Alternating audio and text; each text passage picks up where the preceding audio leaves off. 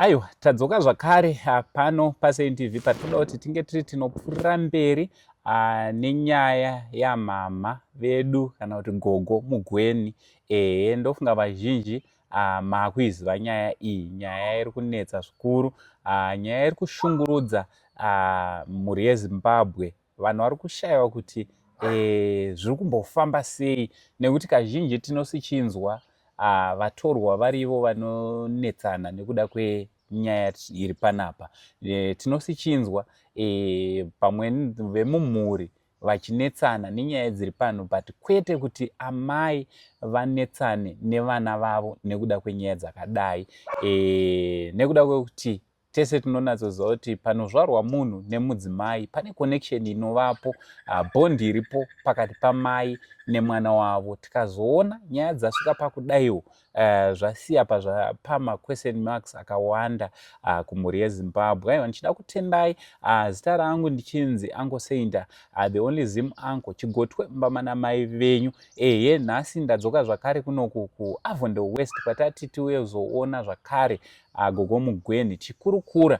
Gogo zvavaita vati vane mapepa vari kuda kuti vange vari vanotiratidza umboo hunotsigira nyaya yavari kutaura, nyaya yepfuma yenhaka, pfuma yakasiyiwa navaMugweni.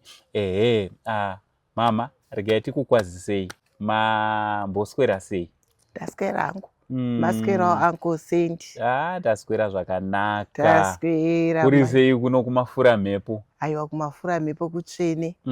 Zvamuri kungotiona. Aiwa, tinotenda. Pfungwa chete ndo dziri kungopiringishana. Mukaona muchemberi kungodai mangwana. Hapana kundimirira zvakanaka. Ukaona munhu achibuda pamhepo, handi kunakidzwa nekubuda pamhepo ayo. Zvazvifadze. Pajikerere tawanhu wakuru. Zvinonetsa shuwa. Pane zvinetso zvinenge zvatoitika, woshayiwa kuti woita sei. Unobva wapererwa. Dai wanga wari watorwa, zvazviri nani. Vana wangu wandakatumbura ndo vari kundidaro. Kareko taisimbonzwa kuti hama ndo dzinoda, kana baba wakafa ndo dzinochemera nhaka. Vana waiye zvino havasina matyira. Kana kuti wati kune ngozi vanongoti zviera. Imi munoti wana rudzivo asingatyi ngozi.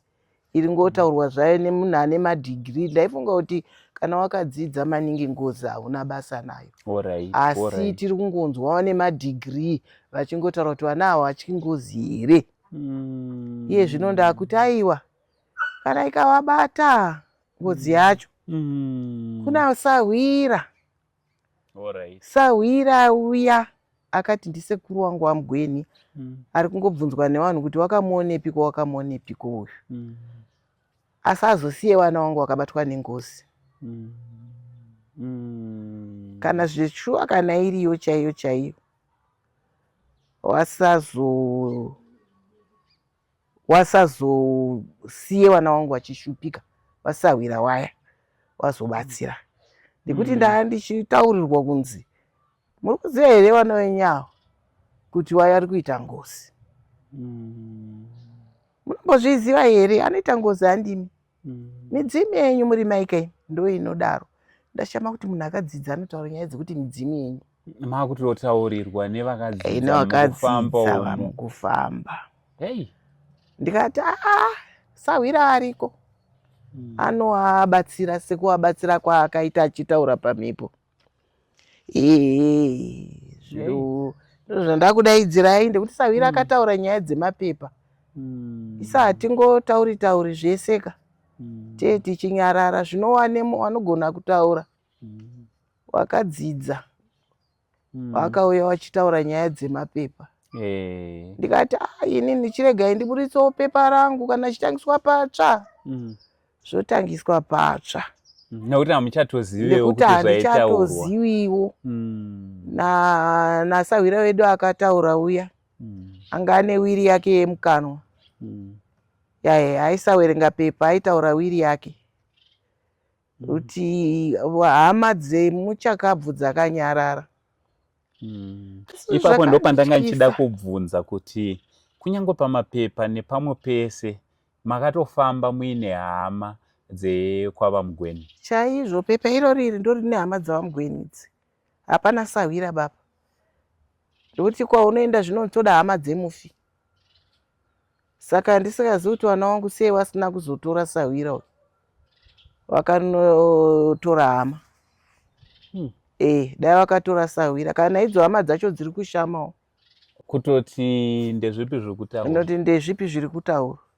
Kureva kuti muchitoita mapepa amuinawo, mapepa ekupa. Aya mapepa akanyorwa kwaMaster. Alright. Akanyorwa kwaMaster kwatakatanga kuenda. Kwamaster chaiko chaiko, kureva ndezvemutemo. Kudeath certificate tatine hama dzamugweni. Muchitofambidzana muchiwirirana. Waimira nesu. Ndekuti muzukuru wavo ari ipapapa akataurwa nasekuru wacho, usazosiye vana vangu vari wega, usazosiye mhuri yangu iri yega. Ndiye muzukuru mukuru, ndiye akaenda kunoita dombo. Samukuru musadaro. Aiwa, ngati muzukuru mukuru ndiri kukumbirawo kubvunza ipapo mama. Sorry, moziva kuti nyaya idzi dzinotondiremerawo. Aiwa, ndizvo chaizvo. Ndizvo chaizvo dzinotondiremera nekuti muri kuti Sawira mukuru pakafambidzwa nyaya dzenyu, timbodzokera kumashure. Dzokera yenyu. Muchinzi mawanikwa mumusha wekwamugweni. Akafamba kuti ange ari anovasa dombo kana kuti munyai wekufambisa mashoko nekutsvaga kuwirirana kwemhuri mbiri, mhuri yekwachimedza kunowa kumusha kwenyu nemhuri yekwamugweni, vachiti taona ruva, tauya kuzotsvaga sadza.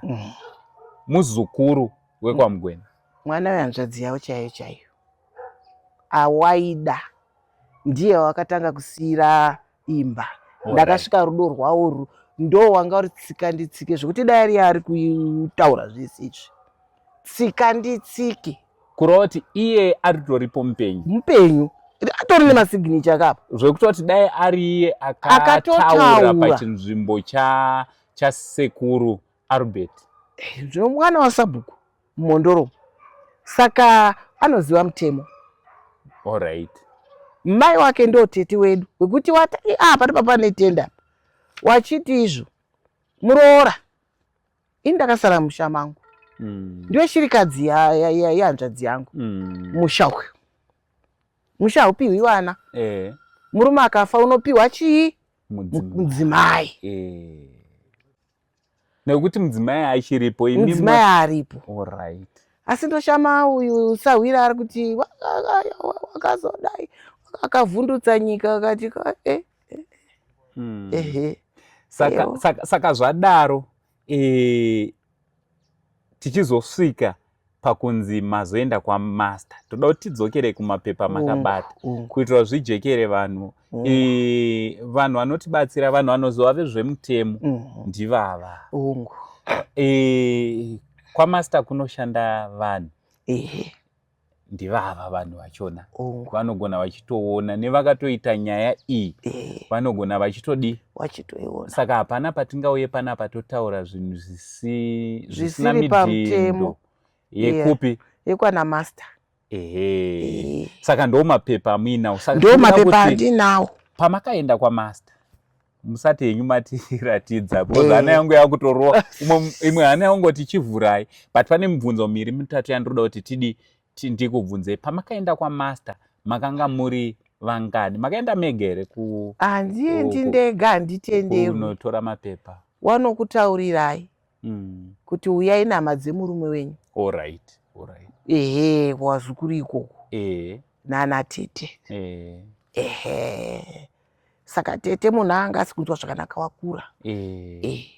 Saka takauya nemwana wawo iye muzukuru wedu. Alright, handei timbotaura kuti makanga muri imimi inini nemwana wababa mukuru mukomana nemwana wababa mukuru musikana mukuru vana vemukoma wababa waMgweni vana wababa mukuru wedu Mgweni vanga vari vairi muzukuru wedu mwana watete anga ari mumwe chete alright kozotiwo vana nevana vangu vakanga varipo here watori momo watori nemasignature vangani wana wakanga waripo 3 kunze kwemukomana ari kunze uko akatoita kunyora tsamba kureva kuti akatonyora tsamba yekuaprova signature akatonzi tumira chipepa ikoko matochiredza kuti ichi chakanzi ngaatumire akatotumira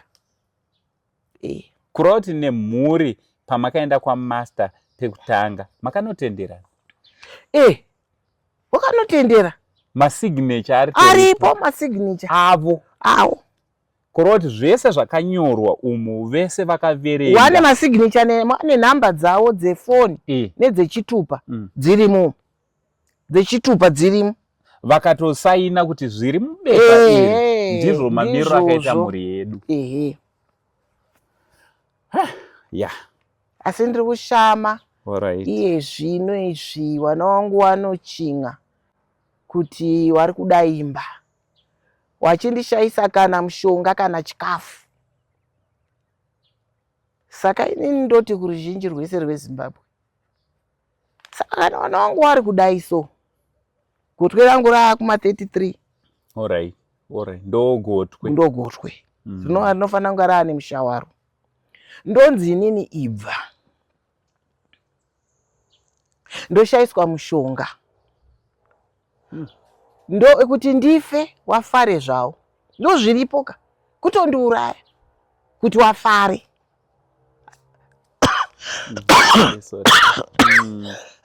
ndakagara padhuze nemunharaunda zveperfume ndiyo asima yacho iyoyo ndinotaurire kuti ndoipedza nei haida perfume thank you so kutondiuraya kana ndafa sekuru Saint ka ndikafa Uncle Saint wauya hawasasane kona to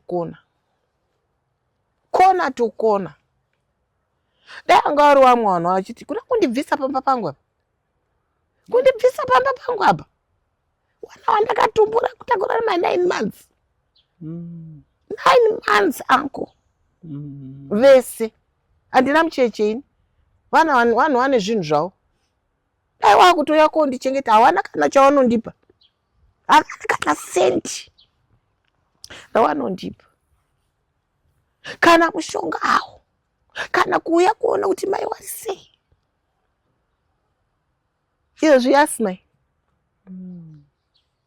inenge yakutoda mushonga yakakwana handibatwi nechikosoroni kana ndine mushonga yangu yakakwana apa kureva kuti handina mushonga yakakwana upenyu hwangu hunodhura ndataiwazve ndosaka ndakakutaurirai kuti ndakagadzira dzimba dzangu idzi makoteji kuti ndinge ndichizvibatsira handisina chandinowanetsa vana vangu kuti ndipe ichi ndandisina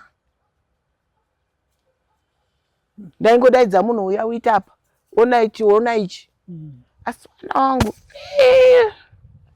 ango Saint ndashaya kuti ndoitawo sei nokuti hangu kaini ruzhinji rweZimbabwe ruri kunzwa haro monditsvagira rori ndoenda unogara namai wangu sekutaura kwawakaita kuti wachanogara namai wavo ndonoshupika ndofira pamusha pamai wangu mishonga yangu indikada kuti nditi mishonga yekuti zvirwere zviri pandiri $80 ndarwara kudai so nenda kuinkrizira kuti ndisawize hamundinzwi kuiza kuti ndasima ndataura kuti ndasima munoti vari kunyepa ndikataurira kuti ndeBP munoti vari kunyepa audzai kuti ndine moyo munoti vari kunyepa ndikuti ndine normal life buda pachena kuti kwakufa kwangu ndikuti vana wangu wava kundiuraya Uncle Saint. Alright, so tichipinda mubepa bepa iri ndo rekwamaster. Ndore kwamaster. Saka munotibvumidza here kuti tiriwo? Werenga yenyu rionei. Kuitira Ati kuti kwakataurwa nyaya dzemapepa.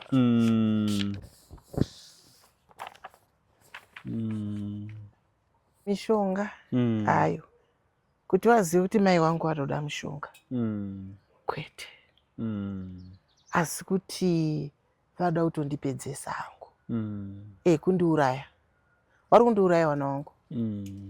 Nekuti dai iri mushonga, dai kwakuri kuti kusafisa kana kuti vari kundisafisa. Kana kuti vari kudii? Amen.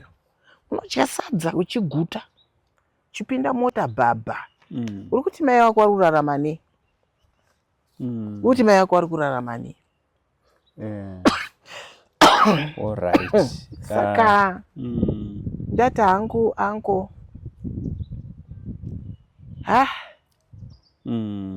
kuerenga ipepa iro. Saka bepa iri ndiri kuratidza kuti ndere kwamaster of Zimbabwe. Wana wangu wese wari ipapo.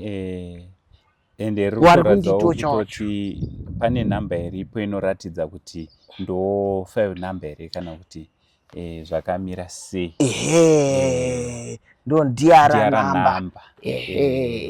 Saka tichibva ipapo pane date riripo ramusi wa 27 April 2018. Pari kuratidza kuti makava at the meeting of the next of kin, creditors and other persons concerning the above estate held before me this day. All right. In terms of section 25 of the Administration of Estates Act, that is chapter 6.01 kana siri kukanganisa. The following persons appeared and identified themselves in relation to the deceased as Sarah. All right. Nemazita. Master we wana ese. 1, 2, 3, 4, 5, 6, 7 vanhu wakanga varipo. All right. Whereupon umwe vana venyu ane zita riri panapa. Kopsmo. Tisataure hedu mazita. All right. Kwanga achigara. And then ndiye akanominatwa kuti aweyo executor. Amenoti vanozvidi chirumusha. All right. Zvabvapo ipapo zviri kuratidza izvo kuti umwe wevana venyu all right.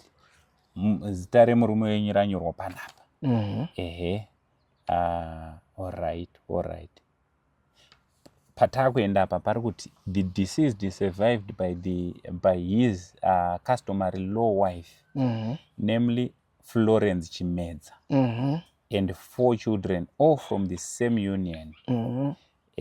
No will was left. Kuroti tiri papa chete zvakatotenderana kuti ndimi makanga muripo. Ndiri surviving spouse. All right.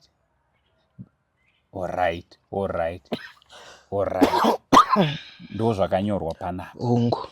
Assets known ndo pakazonzi pane imba inova inoi yepaVonde West neimba zvakare yekuGlenview. But the deceased also left a house in Glenview. All right. But change of ownership was not done into the deceased name. All right. Kuroti imba yakanga akafa isati yachinjwa zita. All right. So yanga isina kuchinjwa zita.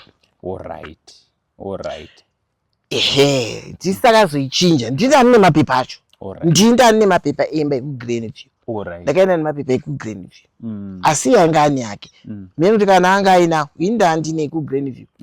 Ndikuti akangondipa kuti mapepa aichengeta pandakabva ndangobvawo nawo. Alright. kuti achisara achichinja zvazisingaiti. Alright. Saka ndimi makatozochinja. Takazochinja. Alright. Saka tiri kuti the deceased also left alright. Pakunzi the deceased also left shares at OK, Nico, Diamond, Sitco, Incisa, Cocom, nemamwe makampani aripo appointment. The surviving spouse nominated herself, okay, mwana wenyu, however suggested the appointment of a neutral executor as it appears to be issues. Okay, the issue is in the estate. Alright, so vana ndo vakazodecida kuti pave neumwe executor ari mwana wangu. Alright. So saka bepa iri ratakabata iri ndere kwa master. Ndoumbo wandinawo wakataurwa naasawira uya wekuti panotoda chi apa ndo pane mazita ichi munhu ega ega ane nekwaanogara kuitira mangwana. Kuitira mangwana. Saka kuroti munaro bepa iri. Ndinaro kuitira mangwana seumbowo. Alright, saka paritiri izvezvi zviri kunzi kudii? Sepakuti imimi muri kuti hapana chamuri kuwana paimba iyi. Handina. Saka mari iri kunzi kudii? Mari vari kutora havasi kundipa. Ndiani ari kutora? Ivo vana vangu vese ivavo vakarangana vari vatatu. Vari kutora kundiuraya kwavari kundiita ikoko kutondiura. Asi sorry, hey. Alright, tichipeta saka ndoumbo wamina wamuri kuti ndoumbo pane umwe wakadarika ipapa anoburitsawo hwake umbowo zvaakataura zvokuti wakazenge wakarambuka wakazenge wakadii wakazidii iri pepa handisi ndakanyora. Ivo vana vacho futi vakatenderana namaster pamwenda ukana mukadzi even pawakanotora bhodhi kuhospital richienda kunyaradzo ndio wakanyora kuti baba vedu vanga vane mukadzi. Imi makanga musitori ikoko kwazvaita? Aiwa ndandisiri kubai. Saka vaifana vakangonyora kuti aiwa vana dai wakaramba kana ipapapa dai wakaramba apa kuti aiwa kunyaradzo wanotorwa bhodhi kwakatonyorwa futi kwakanyorwa anonyora kuhospital wonyora futi kuiko kunyaradzo kwacho ikoko kwakunyora futi padhefi kachinziwo ndashaiswa vangu kungobuda just like that kungobuda pavana 4 iwawo dai pakutanga paripo pawakaramba zvese izvi wakaramba kuti aiwa awawa wadzimai wedu kana kuti wanga wakarambwa sekutaura kwakaita sahwirawo dai wakanotora sahwira wakachiti sahwira hende unotimiririra ubva waramba handiti. Asi wana wacho ndio wakaenda kuhospital wachotora bhodhi wakati baba wedu wanga wanechi wanga wane mudzimai. Wakaenda kwa master wakati baba wedu wanga wanechi wanga wane mudzimai. Wana wangu unga wandiratidze mudzimai wababa wavo. Handi mudzimai ndiye anosara ari chirikadzi paumba. Sara ari chirikadzi. Wachidaidza mai waya waitaura wari kunzi baba wedu wanga wane mukadzi. Baba mai chirikadzi yoya yogara apa. Zvino kana wakuti baba wedu wanga wane mukadzi handiti mukadzi wacho asingaoneki achizonzi mashure kana ndimiwo kana kundichi kutonga chaiko chaiko noti baba wanga wane mukadzi ibve baba wedu wanga asina mukadzi zvoita. Saka ngauye wandibvise zvawo sekutaura kwako kuti watotaura kuti toda kuabvisa. Anto wakanga kurangana kuti toda kuti tiwangwa surprise nekuona imba taisa chikwangwari kuti for sale. Alright. Tangoisa chikwangwari for sale akamhanya ruwiri uku ndipo ndakazoudzwawo kubwaira kweziso muchaona mapanzapo mukubwaira kweziso muchaona mapanzapo Ndosaka ndakauya kwamuri. Handipengi zera rangu kuti ndibude pamidhia. Kandi vanhu vandione ndichingobuda chembere yakaita seniso ndichibuda pamidhia. Zviri kundirwadza mumwoyo mangu. Bozi ndichangodona anytime any minute ndichangodona. Ndosaka ndakauya kumidhia. Pane kuzondona ndaapanzapo. Nekuona ndaapanzapo. Aiwa, ndofunga nebepa ramauya naro rinoratidza kuti nderekwaMartha. Ndati nyika ione, ruzhinji rweZimbabwe rione, sekutaurwa kwakaitwa nemuchinda uya akazviburitsa uya achiti ndiri muzukuru wavo. Ini ndauyawo nerangu iri. Ndauyawo nerangu bepa pajekerere. Nokuti handisi kuitawo zvekutamba. Nditori serious. Kuna vanotonga vachitonga. Handina basa kuti wari kunyomba, wari kunzwa tsitsi, wari kudii. Inini ndinoda rubatsiro rwekuti shuwa ndobuda here. Just walk out pamba pangu. Dzimba dzangu ndosiya. Dai vana vakanzi mwana wangu. Dai vana vakanzi uri kuGrenview. Mai pavari ipapapo, wongosara wari ipapo. Ndozvatinoziva isu. Ndozvatinoziva. Wobva wanzi vana, nhasi vana vangu ndidai. Wakundidai. Ndosekwa neruzhinji rweZimbabwe ndaapanzapo. Musha ndakavaitira ngei. Ngobude ngavabude pachena. Inga mutorwa anotaura wani kuti musha ndiri kuwadaro ndeyakati ndeyakati. Ndekuti ruzhinji ruri kushamisika kuti ndimanowo here kana kubundiyana. Tibatsirei ruzhinji rweZimbabwe. Wana weZimbabwe kwamuri nemitemo yenyu yamunoziva pamwe ndiri kutadzawo. Bepa rangu iri rine zvese. Ndotsakatika hangu, ndofa hangu nekuda kwevana vandakazvara. Munhu anozvarira vana kuti kana wakura, ndinorera, ndakavarera vanawo, wakura, waamabasa. Asizve ngavazivewo kuti mai wedu wanda pekugarawo pakanaka. Isu tobuda tozviitira mabasa. Dzimba idzo dzinouya vana vadiki vari kumakoreji. Havasiyi here vabereki wavo vachionera mabasa pano. Vachinoshanda.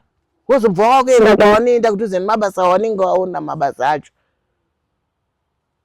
Ini baba wangu wakafa. Handina kumbonoti mai ndipe imba yemutown. Iye zvino vanhu vari kuwaka. Wari kuwaka dzimba maruzevha dzakanaka. Kuwadi kuenda kunowaka kwababa wavo kumusha. Pane kusorondirwisa. Baba wacho ane zvimwe zvawakasiya futi zviri musango. Iye Albert wacho ngaavaberekedze. Albert wacho akadii kuvabatsira akatyakuya kana kukoti kunopa humbowani. Asi izvi ndo zvaanoapa izvi.